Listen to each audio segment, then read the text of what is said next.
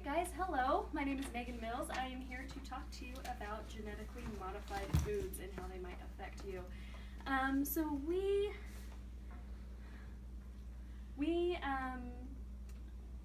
always think it's really important to know kind of what we're doing with our bodies and things, but I don't think a lot of people really think about what they're doing when they're eating something that's considered to be healthy produce, but they're not really sure what's really in it and what's really affecting it. So, my experiences with this have been a result of me wanting to know more about it. So I want to educate you guys on 3 facts of genetically modified foods. Whether you decide to eat them or not is completely up to you. It's just important to know what sort of decision you're making.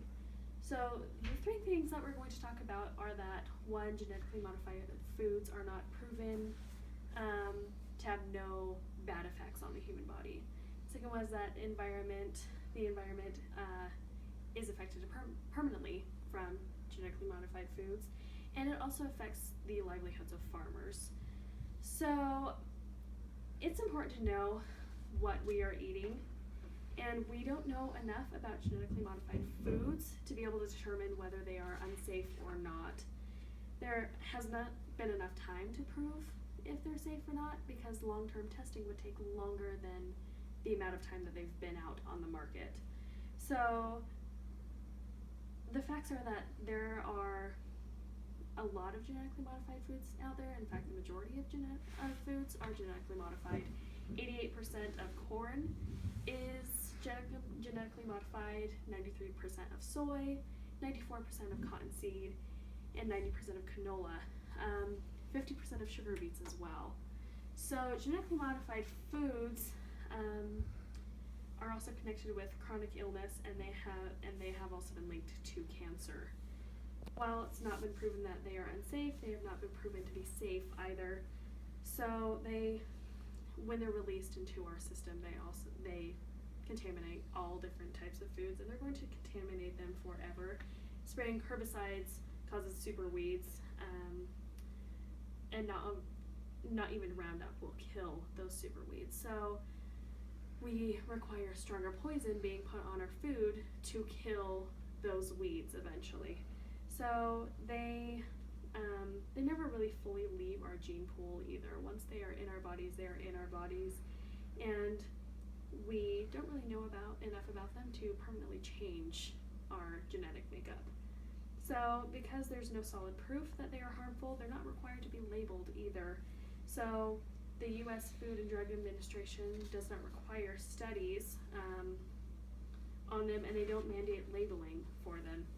So the justifications is that we're not sure what could be wrong with them. So they've also been linked to gluten disorders, and tumors have been found on rats who eat genetically modified corn. So not only do GMOs affect our bodies, but they also affect our environment. One Green Planet says that the environment adapts to genetically modified foods in a permanent way. Pollen from genetically modified crops contaminate the nearby crops and wild plants, and a lot of cross species will happen where you'll get super plants will kind of take over other plants and eventually kill them. So genetically modified foods can also affect the insects, because they will kill some insects that some insects eat, and we will have an overpopulation of the insects that aren't good for our crops. Genetically modified foods will also affect farmers who farm organic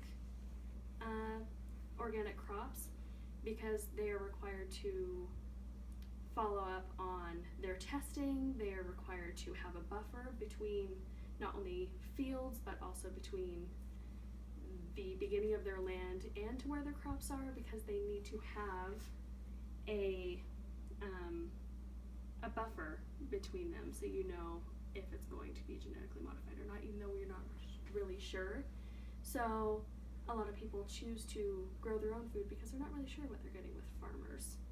So that is from the foodandwaterwatch.com, who are a company that keep track of farmers. So